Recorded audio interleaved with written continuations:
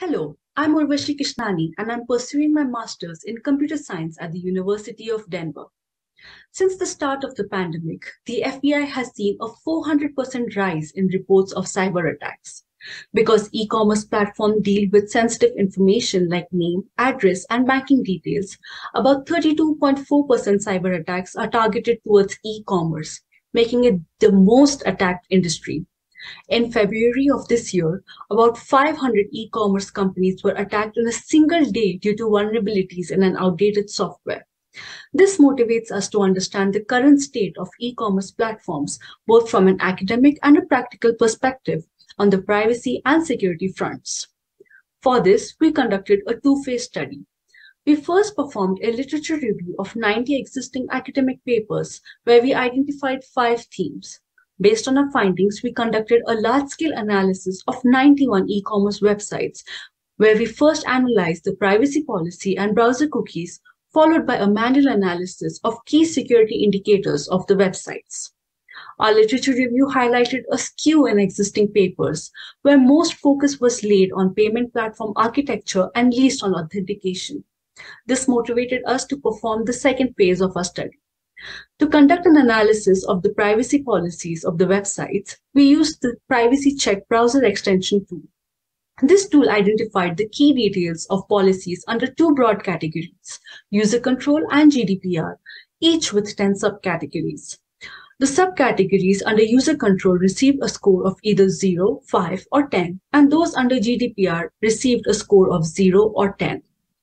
For cookie analysis, we used a free online tool named CookieServe, which reported on the number of necessary, analytics, functional, performance, advertisement, and other uncategorized cookies.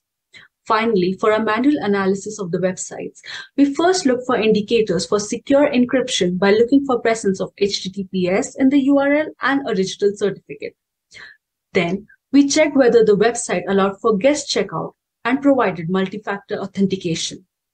Then we check the payment security of the websites by looking for association with recognized payment processor, a financial institution, and requirement for an electronic signature.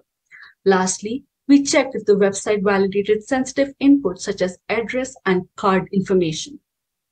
Across all the websites, we noticed that the most cookies were categorized as others, indicating that they did not fall under any of the predefined categories.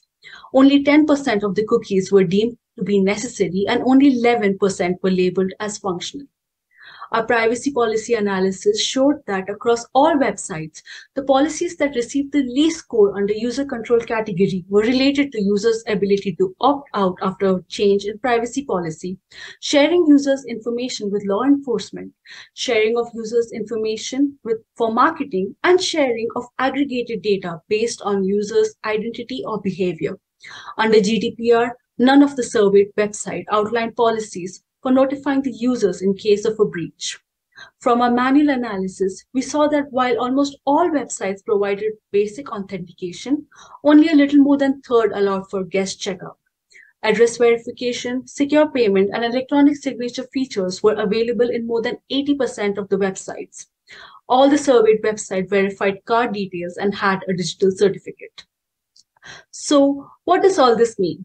From our study, we noticed a disparity between security and privacy aspects of e-commerce websites, where both the literature review and the website analysis indicated a greater focus on security than privacy. From our literature review, we note that there is a need for simplifying policies and cookies for the user. Finally, to help with this, we propose a step-by-step method for website analysis, just as we have followed for our study, which can enable users to make informed decisions. From here, our next step is to expand this study towards the equally important e-payment platforms by looking at app reviews from user perspective, followed by a technical evaluation of 50 mobile payment applications. With this, I would like to thank you all for listening and would be happy to have engaging conversations on this topic. Thank you once again.